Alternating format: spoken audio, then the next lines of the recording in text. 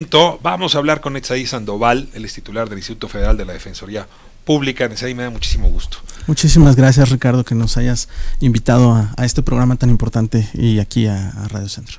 Es un momento en que, como decimos en el argot, cantaba tu entrevista, decía, el defensor de oficio es una garantía de igualdad, o sea, responde a la garantía de igualdad que la Constitución obliga. Yo te rogaría que nos pusieras en el centro esta figura que pues muchos utilizan pero pocos conocen cuando no se acercan a la justicia o a procesos penales. Así es. La Defensoría Pública es una institución que se integra de diversas digamos instrumentos. Concretamente el Instituto Federal de Defensoría Pública, que me toca encabezar, es el despacho de abogados más grande del país. Es la institución del Estado mexicano que garantiza a la población que no puede pagarse un abogado, que habrá abogados, como se conocía antes, de oficio, abogados públicos, gratuitos, que van a permitirles ejercer sus derechos ante los tribunales. Esto puede verse tanto en materia penal, es ahí muy conocida esta figura. En materia penal hay, digamos, siempre esta presencia de los abogados públicos, pero también en materia civil, administrativa, fiscal, nosotros tenemos capacidad de litigar casos que hagan valer los derechos de las poblaciones pues más desprotegidas. Te pregunto, ¿cuántos abogados tiene este despacho que dices es el más grande del país? Así es, tenemos 2.200 abogados en toda la República. Es el único despacho que tiene litigios en todas las entidades, en todos los tribunales federales, en todas las ciudades. Tú sabes que los despachos de abogados privados más grandes de México pues litigan en 3 estados, ¿no? A lo mejor en 3 ciudades, en Monterrey, en la Ciudad de México, en fin, pero es difícil que un despacho realmente litigue en todas las entidades federativas, y es el caso de la Defensoría Pública, es decir, es un servicio público. En materia penal se otorga a cualquier persona que lo solicite, absolutamente cualquier persona, y en materia civil, fiscal, administrativa, incluso ahora con la reforma laboral nos dan competencia para litigar en materia laboral. Bueno, en todas estas otras materias se otorga este servicio, pero a través de un estudio socioeconómico, porque la idea es que solamente la gente de escasos recursos pueda acceder a este servicio. O sea, así como tengo el médico en el hospital público, tengo el abogado en el hospital público. Así es. ¿De quién depende el instituto? ¿De la PGR, ahora la Fiscalía, de Gobernación? ¿De quién depende? Depende del Consejo de la Judicatura Federal, es decir, depende del Poder Judicial. Concretamente, digamos, hoy en día la cabeza del Poder Judicial pues es el presidente de la Suprema Corte, el ministro Arturo Saldívar, pero a su vez él conforma un Consejo de la Judicatura Federal que tiene una integración plural, ¿no? Donde son designados consejeros tanto por el Senado de la República, la Presidencia de la República y la propia Suprema Corte. ¿No es extraño que el Poder Judicial sea juez y parte? Y literalmente la frase nunca mejor cabría que en esta circunstancia, o sea, tiene a los jueces, pero también tiene una de las partes, que es la Defensoría. Es extraño, en efecto, cuando uno lo compara con otras instituciones. Con otros países. Y con otros países, sí, incluso localmente. En México, por ejemplo, todos los estados tienen su defensoría local para litigar asuntos locales, tanto delitos locales como temas civiles, digamos, en sentido general, locales. Pero esas defensorías locales dependen generalmente del gobernador, dependen generalmente de la Secretaría de Gobernación, a veces son meras direcciones de área, tienen muy malos salarios, tienen condiciones muy difíciles de litigio porque no pueden, digamos, pelearse con el Ejecutivo, porque dependen del Ejecutivo, su salario depende del Ejecutivo. Entonces es muy difícil que un abogado de estas características pueda, digamos, desobedecer a sus superiores, que finalmente es el Poder Ejecutivo. A ver, de esta intervención me surgen 2 preguntas. La primera, si yo estoy siendo perseguido por un delito del fuero común, por ejemplo, el homicidio es del fuero común, así es. No puedo acudir a la Defensoría Pública Federal, es decir, al instituto donde hay este gran despacho de abogados. Así es, no directamente con nosotros, no, porque justo hay este tema de competencia, es decir, hay ciertos delitos que son locales, robo, ¿no? En fin, de los más comunes, y hay otros delitos que son materia o competencia federal, digamos, crimen organizado, delitos contra la salud, salvo narcomenudeo, pero la mayoría de los delitos contra la salud son federales, portación de armas de fuego, exacto, todas las más, digamos, sonadas en cierto sentido, más destacadas, pero que en casos son menores el número, esos los atendemos nosotros, la Defensoría Pública Federal, y dependemos del Poder Judicial, lo cual nos da un margen interesante de autonomía.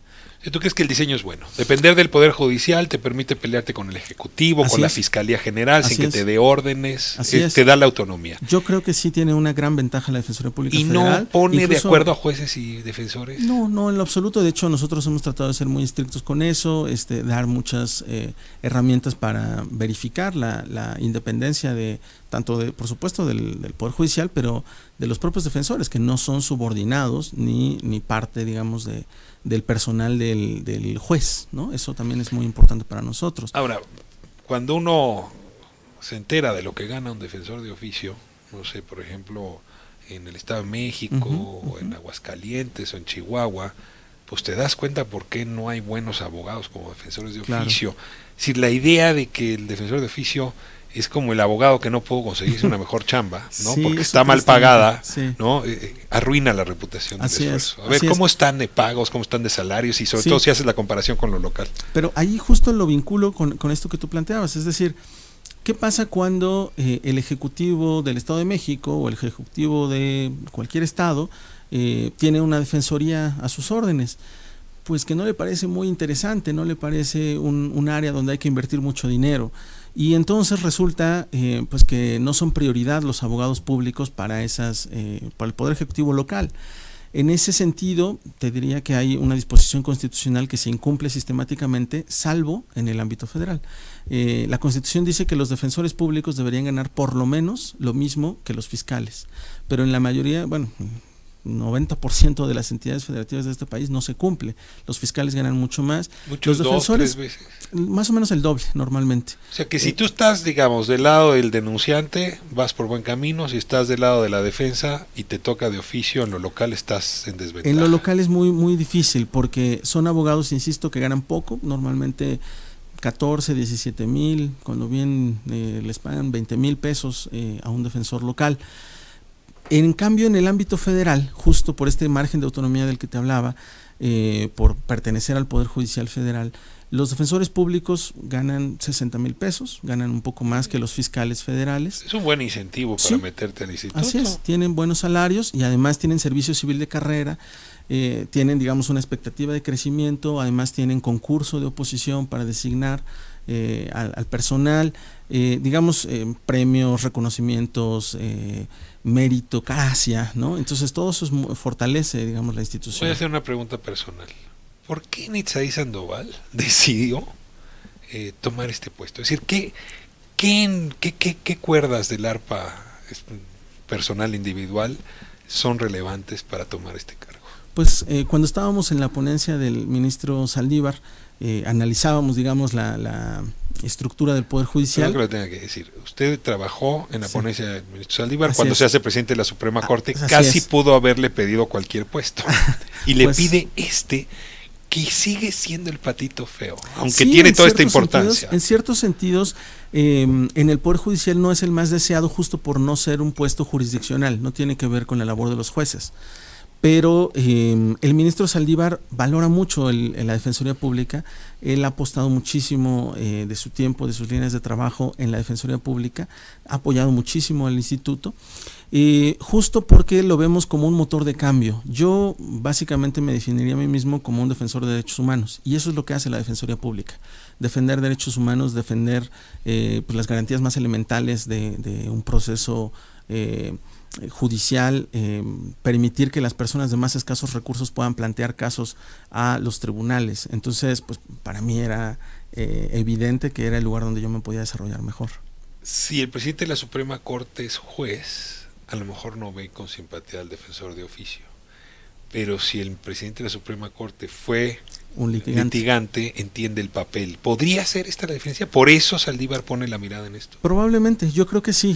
La verdad es que la presidencia del ministro Saldívar es una presidencia histórica en muchos sentidos. Es la primera vez desde que existe la Suprema Corte con esta nueva configuración, digamos, posterior al 94, que hay un presidente de la Corte que no es, digamos, juez de carrera, ¿no? Que no lleva toda su vida en el Poder Judicial.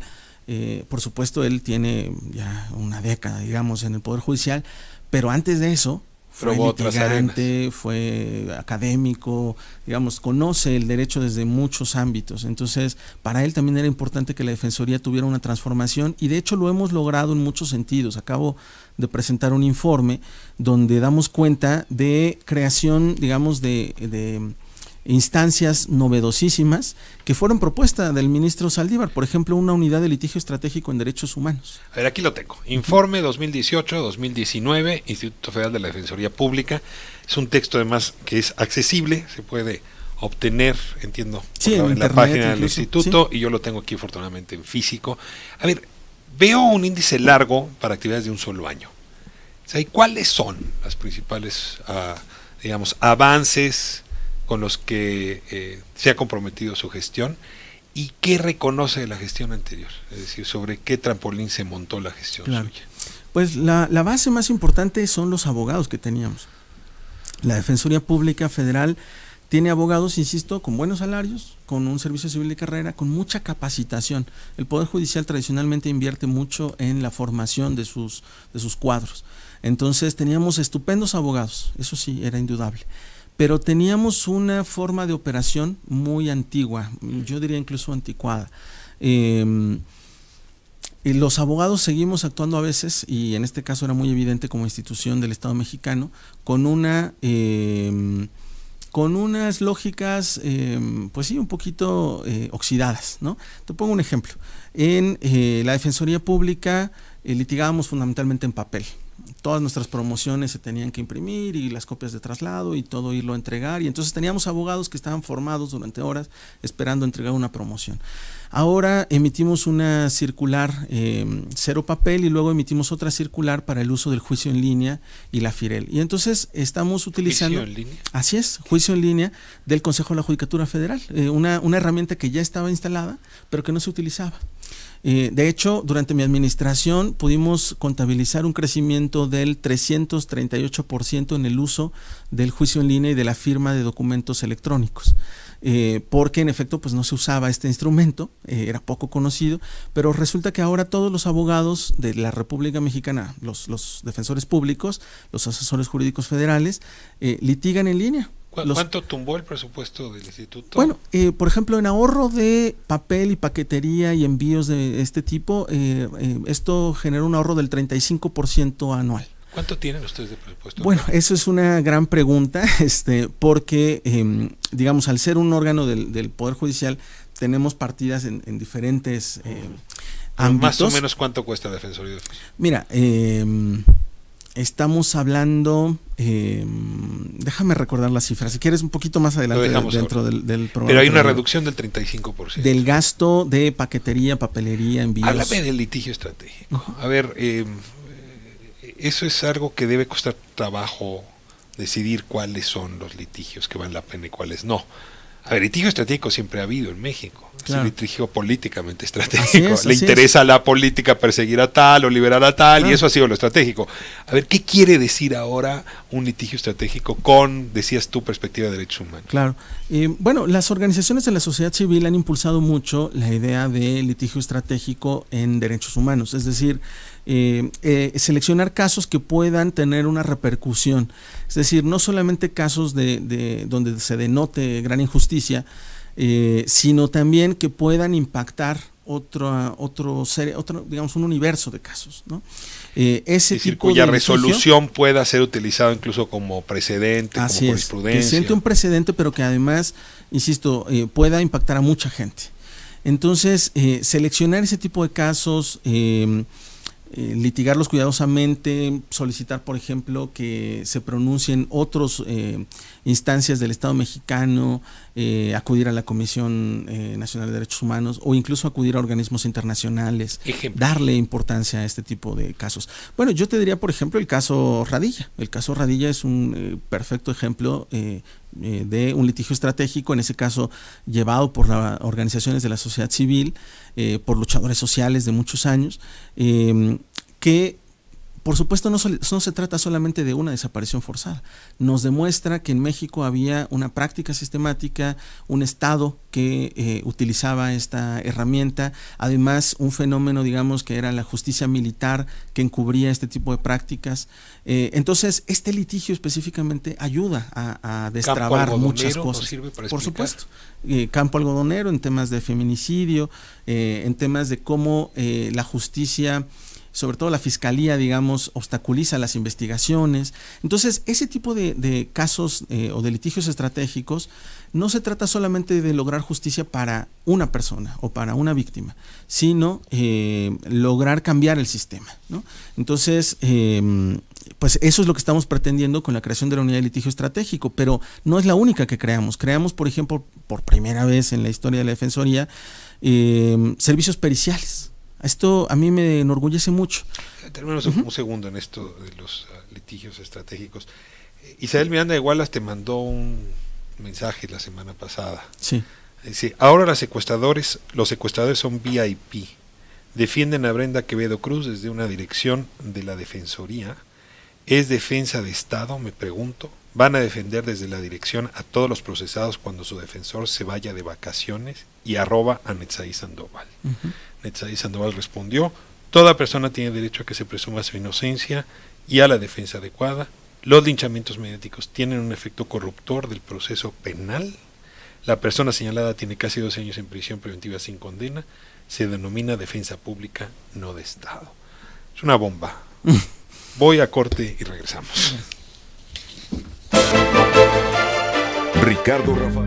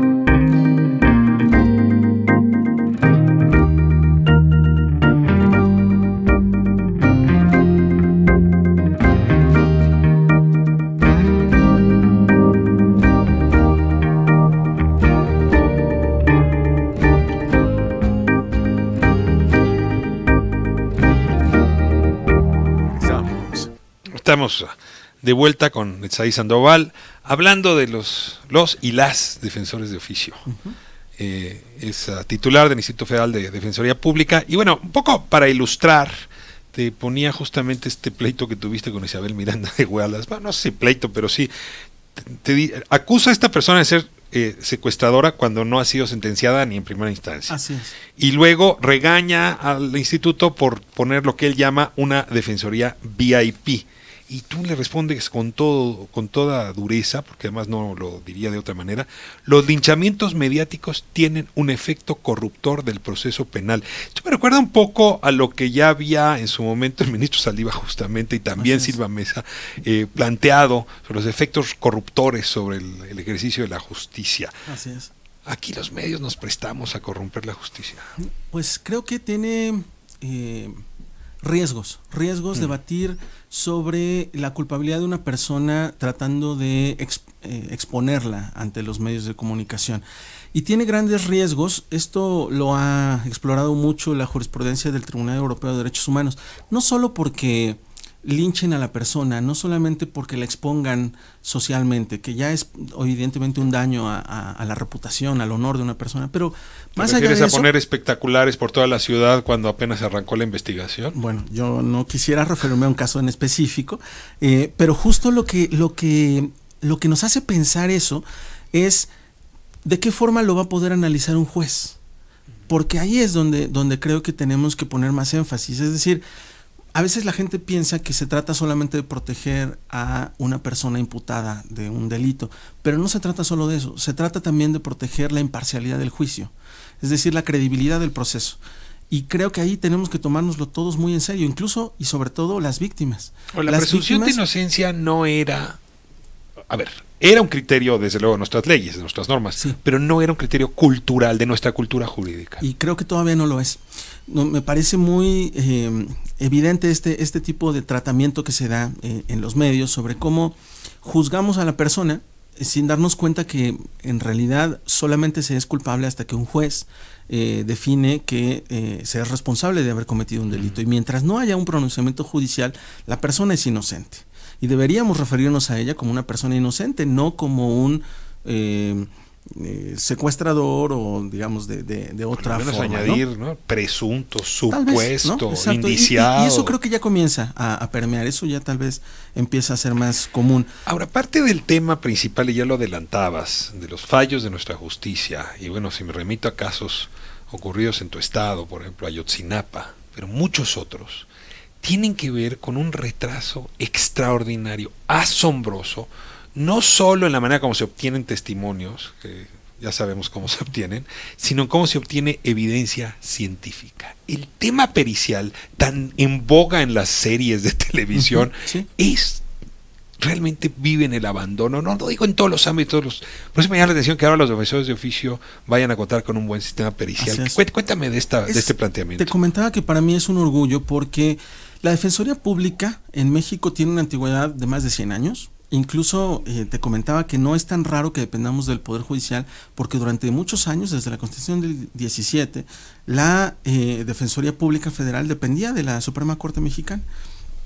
Pero algo que no se había hecho en toda esta historia era dotarle a la Defensoría Pública de una estructura de servicios periciales.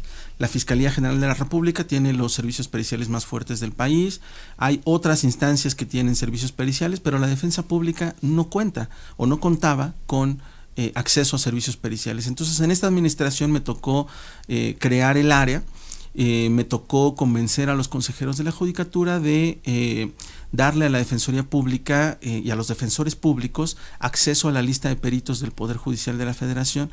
Entonces hemos robustecido la capacidad de la Defensoría Pública para actuar. Pruebas de ADN, si requiere pruebas fotográficas, ahora en el tema digital, ¿no? Así es. Muchísimo, por ejemplo, simplemente en temas de antropología, en temas, por ejemplo, sobre derechos de comunidades indígenas. Te comento, los peritos que tenemos contratados en la Defensoría como parte de nuestro personal son expertos en psicología forense, criminalística, química, toxicología, grafoscopía, documentoscopía, etnopsicología, medicina legal, genética forense. ¿Es un departamento dentro del instituto o están contratando, como dicen ahora, outsourceando, que es horrible la palabra? Están dentro. Son nuestros peritos y metaperitos, son expertos en estos temas. ¿Y nos vuelve eso peritos de la parte? De hecho, sí, es una estupenda crítica. Yo he estado planteando en mis entrevistas, en mis intervenciones públicas, que lo que deberíamos tener es un instituto imparcial de servicios periciales, que no dependiera ni de la defensa, pero tampoco de la fiscalía. Ahora, mientras eso sucede, mientras logramos convencer a todos los actores del sistema político y jurídico mexicano de reformar la justicia mexicana, no podíamos dejar en estado de indefensión a los imputados de delitos federales. Y en ese sentido lo vinculo con el tema que estábamos comentando, porque lo que yo quisiera dejar muy claro es, en el tema que nos planteaba la señora Isabel Miranda de Wallace, nosotros no vamos a dar un tratamiento especial a las personas, no defendemos más a unas personas que a otras, pero sí estamos robusteciendo las capacidades de defensa de esta institución. Y evidentemente eso se nota. Un defensor de oficio no es un juez, es decir, está defendiendo convencido de que ahí hay una persona inocente. Tiene, si el juez tiene que hacer el trabajo de su lado, de su parte, ¿no? Pero ahora tiene más herramientas, porque antes se abandonaba un poquito al defensor y se decía, bueno, pues tú solo lucha, ¿no?, contra la Fiscalía General de la República. Ahora no, ahora tenemos servicios periciales, claro, un poco. Ahora tenemos servicios periciales, tenemos una unidad de, por ejemplo, una Secretaría Técnica de Combate a la Tortura, en fin, con ese otro tema. Otras herramientas. Bajo el sistema penal anterior, pero no se ha eliminado el asunto, obtener confesiones mediante tortura es bastante socorrido. O sea, basta, déjame remitirme a las encuestas del INEGI, a la EMPOL, la última es de 2016, ¿no? La enorme cantidad de personas que están hoy en prisión, estoy hablando de 3 de cada 10, que te dicen, a ver, a mí me torturaron o bien para que me autoincriminara, o bien para acusar a alguien más. Es decir, la tortura como método sistemático para obtener la confesión. Y hay jueces que ya, digamos, desbarrancan el juicio por la tortura, pero hay otros que dicen, bueno, no, la tortura no debería ser el argumento para obviar esta información con la que nos está proporcionando el indiciado. Yo te preguntaría, ¿cómo está actuando la Defensoría con respecto a la tortura y esto desde una visión de derechos humanos? Claro, pues justo lo que te comentaba, creamos una secretaría especializada para este tema. Tenemos personal dedicado a esto. Estamos hablando de unas 20 personas de la Defensoría en la Ciudad de México, pero a su vez unos 200 abogados en toda la República atendiendo el tema específicamente de tortura. Porque tú citabas una fuente, digamos, nacional. Yo te comentaría los relatores de Naciones Unidas. Cada ocasión que vienen a México encuentran que en México la tortura es generalizada. Es decir, de pronto la gente cree que la tortura en México es una estrategia de defensa y no es así. Todos los datos empíricos, todos los estudios científicos serios demuestran que en México la tortura es generalizada. ¿Transitó entonces, de un sistema penal al otro? Está transitando. No se ha logrado, digamos, erradicar esta práctica porque normalmente para lo que sirve, digamos, si uno logra demostrar que hubo tortura mediante un protocolo de Estambul y todas las pruebas necesarias, lo que se logra es que la autoincriminación, es decir, mi declaración, mi confesión se elimine del proceso, pero no el resto de pruebas y no el resto de, digamos, declaraciones de otros testigos que probablemente hayan sido torturados también. Eso no se ha analizado suficientemente, ¿no? Se ha analizado mucho el tema de autoinculparse, pero no, por ejemplo, el tema de inculpar a otros, claro, a partir de la tortura para que señales a este ejemplo, o al otro. Eso, claro. Eso tal no ha sido, que es quizá más socorrido que la autoinculpación, ¿no? Bueno, eso tendríamos nosotros que demostrarlo. Estamos, insisto, con una institución muy sólida tratando de realizar denuncias, porque también un dato aterrador es que las sentencias por tortura en México no llegan ni a 20. ¿no? Entonces Ya estamos 20 hablando, digamos, de decenas de sentencias, de condenas por tortura. Como Entonces, solamente 20 casos, así es, autoridades, así es, como en un federales. país donde es sistemática la Exactamente. tortura, solamente... Así es, donde las organizaciones internacionales dicen que aquí la tortura es generalizada, pues no hay condenas por tortura. Entonces nos toca a nosotros desde la Defensoría hacer una labor, así es, hacer una labor de denuncia, pero también de seguimiento de estos casos. Ahora, cuando tú generas un ambiente tolerante con la tortura, normalmente te encanijas, te incides, hincas el diente de peor manera con la parte más vulnerable. Entonces, déjame seguirme con la EMPOL y ahora con la encuesta también de violencia en los hogares. Es muy impresionante cuántas mujeres presas han sido violadas en la oficina del Ministerio Público, por el marino que las detuvo, por el soldado, por el policía, es decir, la propia autoridad. Si esto que ocurrió en Azcapotzalco no es más que reflejo de una percepción basada en datos reales.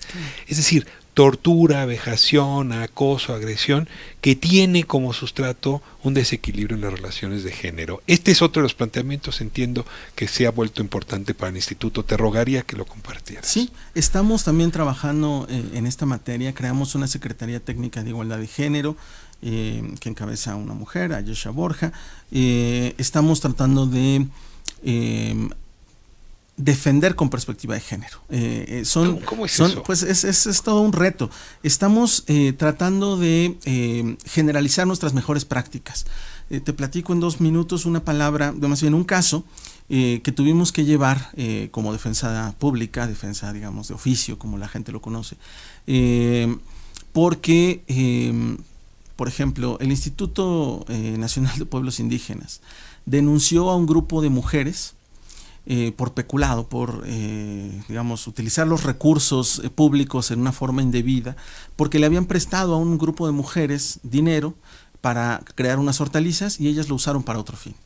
Entonces el Instituto Nacional de Pueblos Indígenas denuncia a estas personas.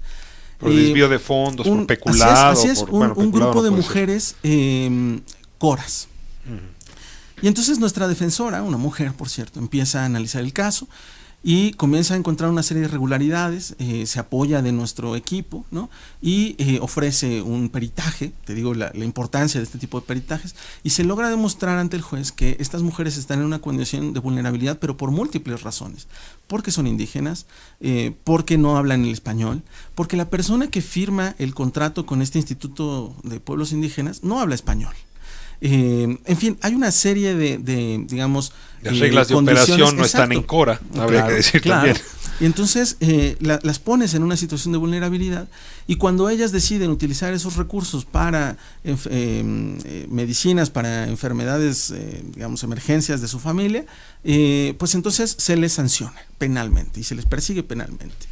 Insisto, es un grupo de mujeres y bueno, nos toca a nosotros defender. Logramos ganar ese asunto, fue un éxito de la Defensoría, pero nos damos cuenta de que estas personas son vulnerables no solo por ser mujeres, no solo por ser indígenas, no solo por ser pobres. Digamos, este fenómeno de interseccionalidad se debe generalizar en el análisis jurídico, ¿no? Estarías diciendo que este es un caso estratégico.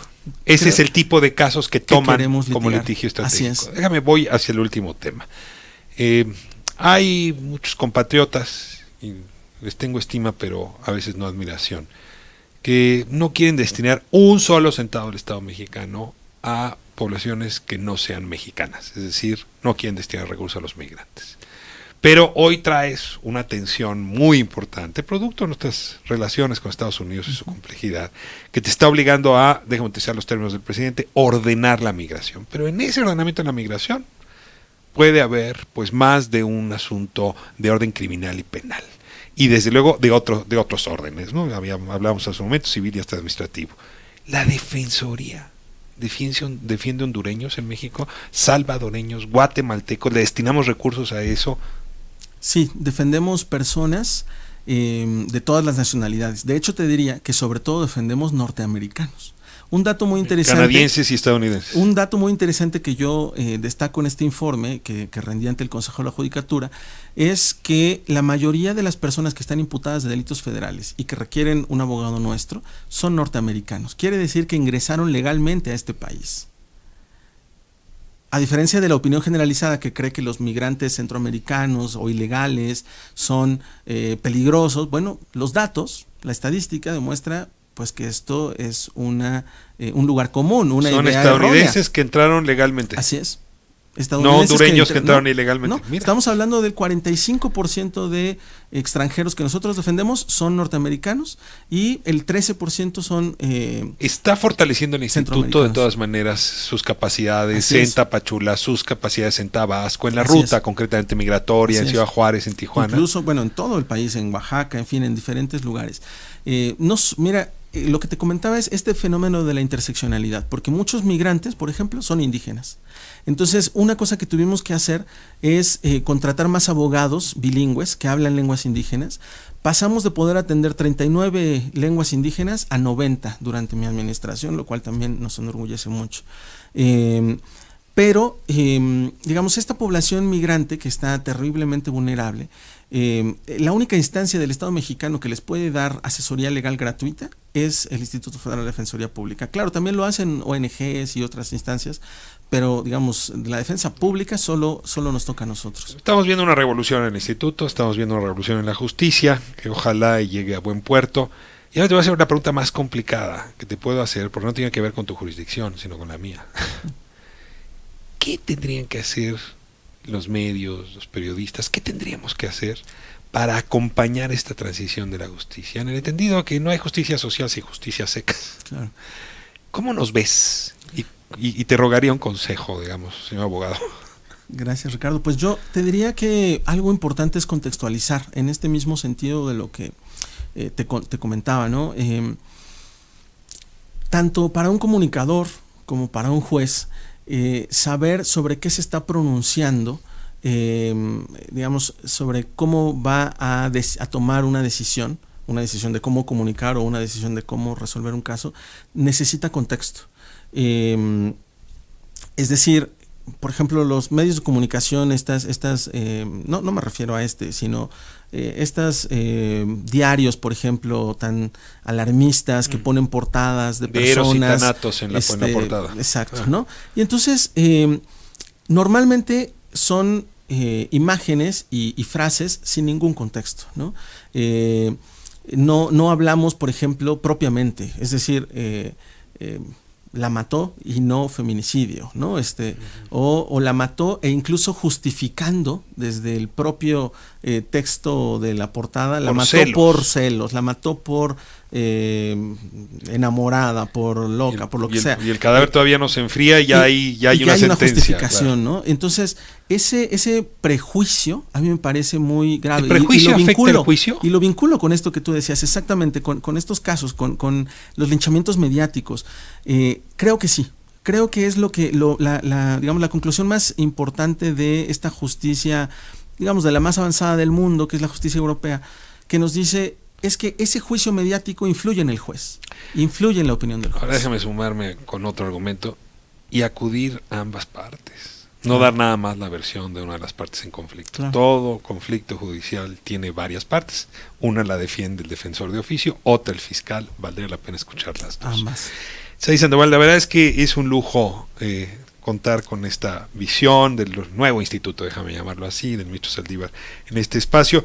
Y bueno, ojalá y nos permitan cubrir bien esos litigios estratégicos, entender por qué fueron estratégicos y darles buena cobertura. Ojalá y podamos tener en esta cabina otras veces su presencia.